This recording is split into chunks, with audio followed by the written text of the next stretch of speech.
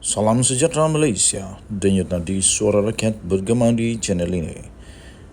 Jangan lupa tekan butang subscribe, like dan share. Malaysia kita punya, cintai Malaysiaku, kita jaga kita.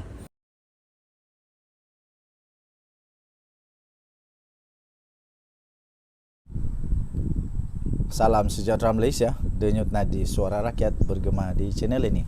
Ampun tuanku, beribu-ribu ampun, sembah batik mohon diampun. Tengku Mahkota Johor akhirnya muncul semula.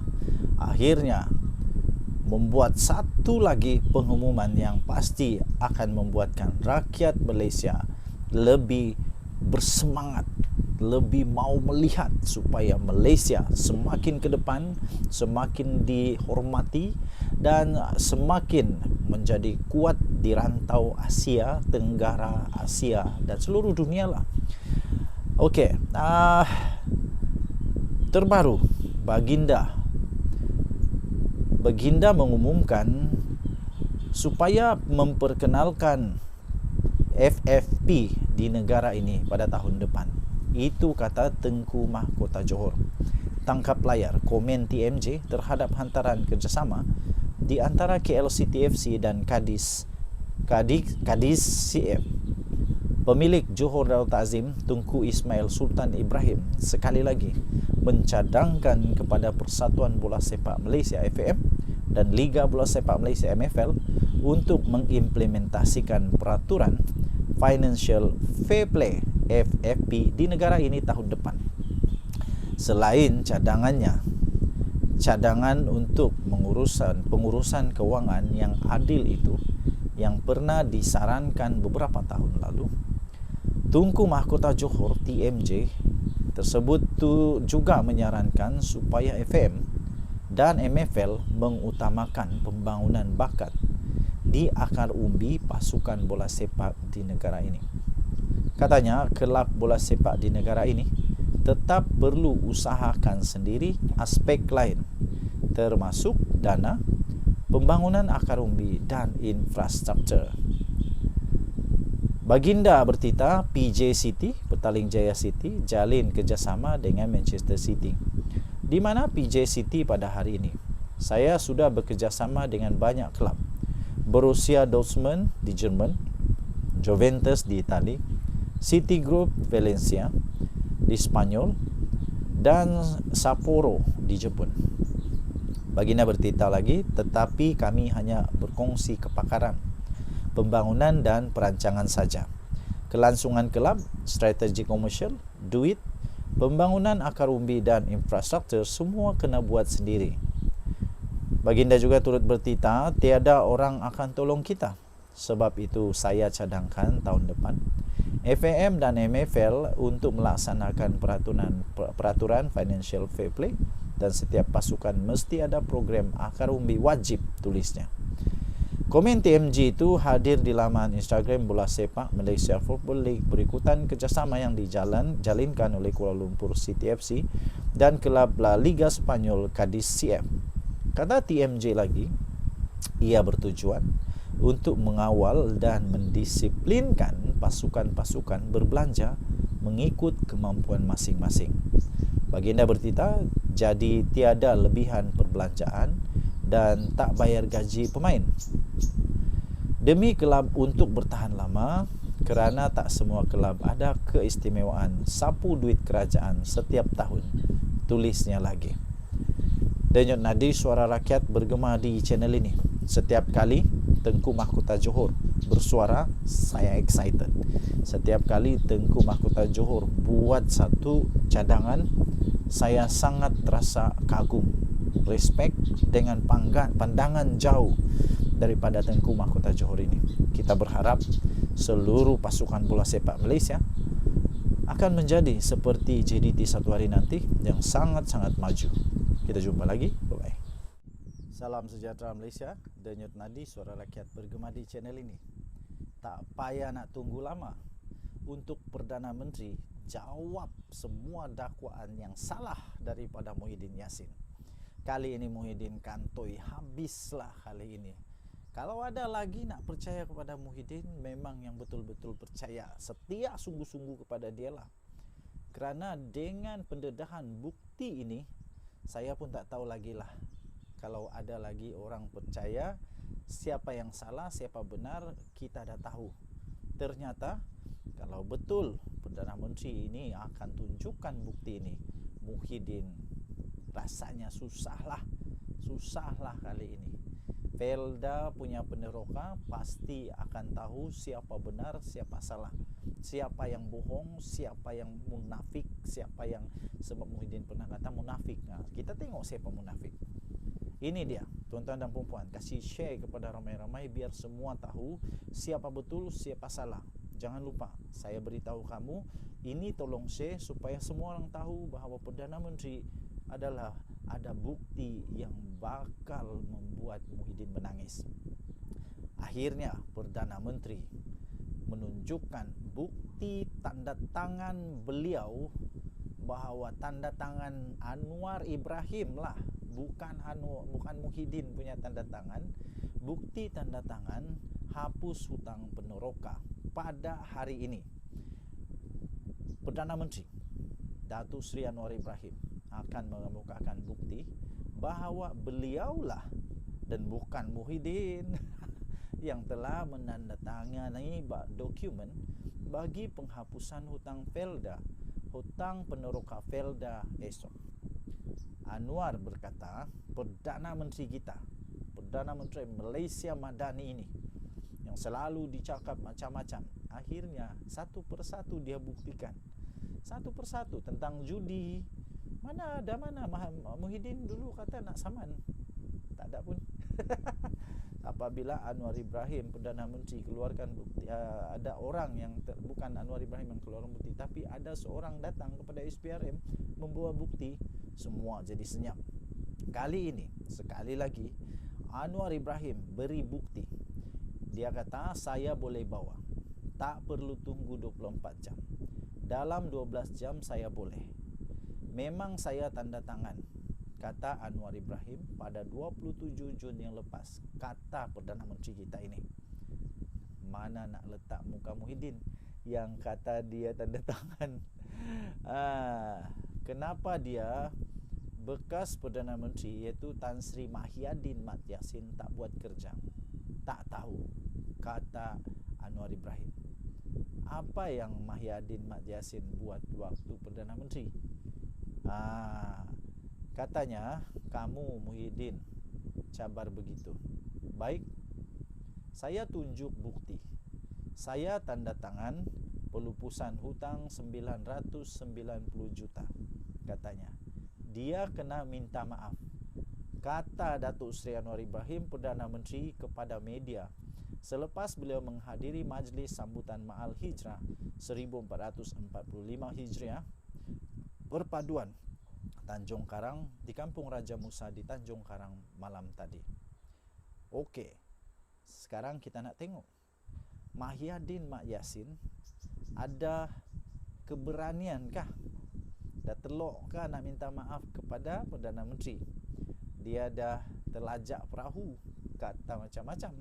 Sekarang Anwar bakal bawa dokumen yang dia yang tanda tangan, bukan Anwar yang bukan Muhyiddin yang tanda tangan, tapi Anwar yang tanda tangan. Dia bawa bukti bahawa dia yang tanda tangan untuk pelupusan hutang sebanyak 990 juta. Muhyiddin nak lari mana lagi? Saya fikir Muhyiddin tak boleh lari mana lagi dah. Anwar berkata demikian bagi menjawab tuntutan Muhyiddin Mat Yassin kepada beliau agar membuat permohonan maaf tanpa syarat dan terbuka secara bertulis susulan kenyataannya yang mendakwa hutang peneroka Felda yang berjumlah 8.3 bilion tidak pernah dilupuskan di bawah pentadbiran Mahyadin Mat Yassin. Tuntutan itu dikemukakan dalam surat yang bertarikh 18 Julai menerusi firma guaman Rosli Dahlan Saravana Partnership. Nah, sekarang buku bertemu ruas. Hari itu Mahathir minta Anwar untuk buktikan. Anwar bawa bukti ke mahkamah. Kali ini Mahyadin Mak Yassin pula cabar Anwar untuk buktikan. Dan esok Anwar, Perdana Menteri kita yang kita kasihi, akan membawa bukti bahawa dia yang tanda tangan untuk pelupusan hutang itu sebanyak 990 juta itu. Selain itu, dalam tempoh 24 jam daripada penerimaan surat berkenaan, Anwar juga perlu mengemukakan surat atau dokumen yang ditandatangani mengatakan bahawa beliau sebagai Menteri Kewangan pada akhir Jun lepas meluluskan pelupusan hutang peneroka Felda bernilai 8.3 bilion. Sekarang ada buktinya. Justru sebelum melakukan lawatan rasmi ke Vietnam esok, Anwar berkata, beliau akan menghubungi Ketua Setiausaha Perbendaharaan KSP, iaitu Datuk Johan Muhammad Mahmud Merikan untuk menyerahkan bukti berkenaan. Sekarang bergantung kepada Datuk Johan Mahmud Merikan untuk menyerahkan bukti itu. Perdana Menteri berkata, insyaAllah sebelum saya ke Vietnam esok, saya akan telefon KSP dan akan bagi bukti itu. Saya nak dia, iaitu Muhyiddin, minta maaf secara terbuka, katanya. Lebih baik minta maaf daripada kena saman teruk lagi. Anwar yang juga Menteri Kewangan sebelum ini mendakwa belanjawan 2021 dan 2022 di bawah Perikatan Nasional tidak mempunyai peruntukan untuk menyelesaikan dan melupuskan hutang Felda. Katanya hanya dalam belanjawan Madani 2023 beliau menyerahkan sebanyak 990 juta ringgit Malaysia peruntukan awal bagi melupuskan hutang peneroka Felda yang berjumlah 8.3 bilion ringgit Malaysia itu. Inilah yang paling saya suka. Inilah yang paling rakyat negara Malaysia suka. Bukan hanya cakap sembarangan, sembrono, suka hatinya dakwah itu ini, suka hatinya menuduh itu ini, tapi tak ada bukti. Kali ini Perdana Menteri Datuk Seri Anwar Ibrahim ada bukti. Mungkin Muhyiddin lupa bahawa Anwar ini Menteri Kewangan, bahawa Anwar ini Perdana Menteri, dia Menteri Kewangan, dia ada semua fail-fail itu. Takkanlah dia tak tahu. Dia pun pernah jadi Perdana Menteri. Kecualilah Muhyiddin tak pernah tengok fail-fail kewangan. Kecualilah Muhyiddin tak pernah buat kerja sebagai Perdana Menteri yang bagus. Tapi tak. Saya rasa Muhyiddin tetap sudah buat kerja dengan bagus. Dengan Nadi Suara Rakyat bergema di channel ini, jangan lupa tekan butang subscribe, like dan share. Bye-bye. Salam sejahtera Malaysia. Denyut Nadi Suara Rakyat bergema di channel ini. Nampaknya seluruh Malaysia sekarang ini meluap-luap kemarahan kepada individu-individu dan parti-parti dan juga semua yang bekerja sama mempertahankan perbuatan menderhaka yang telah dilakukan dengan terang-terangan tapi tidak diakui, tidak mengaku bersalah, malah mempertahankan diri. Kemudian dipertahankan pula oleh mereka-mereka yang seolah-olah tak faham tentang perlembagaan. Tapi sebenarnya ada di antara mereka pernah jadi menteri. Menteri yang mustahil tak tahu tentang perlembagaan negara Malaysia. Nah, terbaru ada satu amaran yang keras diberikan kepada semua penderhaka-penderhaka ini. Di dalam sinar harian, jangan sentuh kedaulatan institusi diraja. Saya setuju. Tak kiralah kamu siapa, besar mana pangkat kamu, hebat mana pun kamu, kalau kamu tinggal di Malaysia, tetap dengan perlembagaan rukun negara Malaysia, iaitu kesetiaan kepada raja dan negara. Kerana itu, jangan sekali-kali cuba-cuba tunjuk hero nak menang, tunjuk hero nak cuba untuk memancing undi atau menunjukkan bahawa konon-kononlah hampa tu pandai sangat sampai menyentuh kedaulatan institusi diraja. Ini jangan sentuh kedaulatan institusi diraja. Satu artikel daripada Sinar Harian. Berita penahanan Menteri Besar Kedah yang sekarang ini famous di seluruh dunia, Datuk Seri Muhammad Sanusi Mat Nor, pada awal pagi Selasa lalu sedikit sebanyak telah menjentik fokus rakyat Malaysia terhadap musim pilihan raya PRN di 6 buah negeri. Isunya telah pun tercetus apabila pengarah pilihan raya Perikatan Nasional dengan sengaja, dengan sedar didakwa telah mengeluarkan perkataan penghinaan, berbentuk hinaan, menggambarkan, memperlekehkan penghinaan terhadap institusi Diraja Negeri Selangor menerusi ucapan beliau dalam satu ceramah politik minggu lalu. Sungguh-sungguh tak disangka sanggup Sanusi berkata begitu dan kemudian mempertahankan diri pula dan dipersalahkan pula media. Kononnya ucapannya telah diputar belit. Kalau ucapan itu diputar belit, takkanlah Dewan Diraja Selangor nak buat laporan polis. Takkanlah mereka itu tak bijak sampai buat laporan polis. Takkanlah Sultan Selangor sampai mengeluarkan tita bahawa isu itu belum selesai, walaupun Pesuruhjaya PAS telah datang menyembah kepada Sultan Selangor, menghadap Sultan Selangor untuk pastinya membincangkan perkara itu. Dan setelah itu, sejurus selepas itu, Sultan Selangor bertitah bahawa isu itu belum selesai. Kemudian Menteri Undang-Undang juga, Reformasi Institusi, Azalina Osman juga turut berkata bahawa dengan memohon maaf, isu itu tidak akan selesai begitu saja. Saya setuju. Tak bolehlah buat salah, minta maaf, selesai. Buat salah, minta maaf, selesai. Mungkin itu boleh kepada orang biasa, ahli-ahli politik yang sama taraf. Tapi untuk menyentuh institusi diraja, kedaulatan diraja, jangan sekali-sekali. Siapa kamu Sanusi untuk menyentuh, mempersoalkan kebijaksanaan Sultan Selangor? Video ucapannya yang tular itu dikatakan telah menghina Sultan Selangor sewaktu beliau membandingkan pelantikan Menteri Besar Kedah, iaitu beliau sendirilah kononnya dia itu hebat, dengan Datuk Seri Amiruddin Syari sebagai Menteri Besar Selangor. Berikutan itu, lebih daripada 50 laporan polis telah dibuat oleh pelbagai pihak di seluruh negara Malaysia, termasuklah Dewan Diraja Selangor.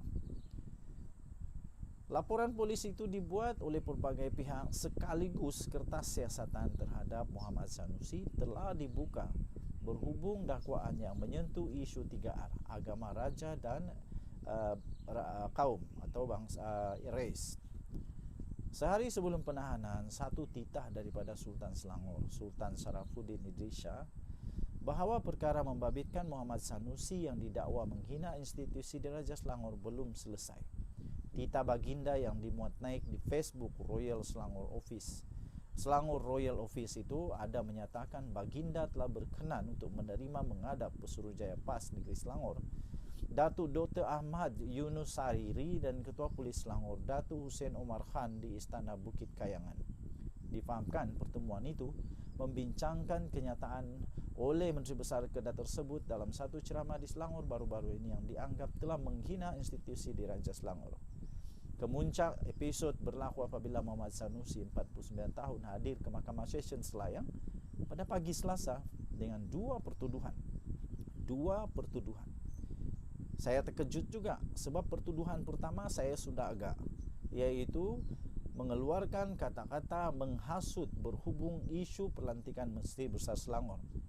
Dan yang kedua, yang saya tak sangka, bahawa beliau juga telah menyentuh tentang penubuhan kerajaan perpaduan oleh titah ataupun nasihat daripada yang di-Pertuan Agong. Buah fikiran daripada yang di-Pertuan Agong dipersoalkan pula oleh Sanusi. Beliau bagaimanapun mengaku tidak bersalah. Ekoran kejadian terhadap Menteri Besar Kedah itu sedikit sebanyak membuka mata semua pihak, iaitu setiap orang tidak sepatutnya menyentuh atau memandang ringan soal kedaulatan institusi diraja. Sedia maklum, Malaysia merupakan negara yang unik dan dalam hierarki persekutuan menunjukkan raja-raja pemerintah dan yang dipertua negeri berada di posisi paling atas melebihi kedudukan mana-mana pemimpin Waima Perdana Menteri. Oleh itu, sebagai rakyat Malaysia yang taat dan prihatin, kita jangan sekali-kali mencemar kedaulatan institusi diraja sehingga mencetuskan polemik di segenap negara. Tuan-tuan dan puan-puan yang dihormati sekalian, ini pengajaran yang amat penting untuk semua ahli politik. Tak kiralah pembangkang ke, kerajaan ke, tak kiralah. Tapi jangan pandai-pandai, jangan cuba-cuba untuk mencuba-cuba sesuatu yang salah di isi undang-undang, apalagi mencuba-cuba pula untuk menghina, memperlekeh dan mempersoal kewibawaan baginda-baginda raja-raja Melayu. Daulat tuanku, ampun tuanku, beribu-ribu ampun. Sembah batik, mohon diampun. Denyut nadi suara rakyat bergema di channel ini. Jangan lupa tekan butang subscribe, like dan share. Kita jumpa lagi. Bye-bye.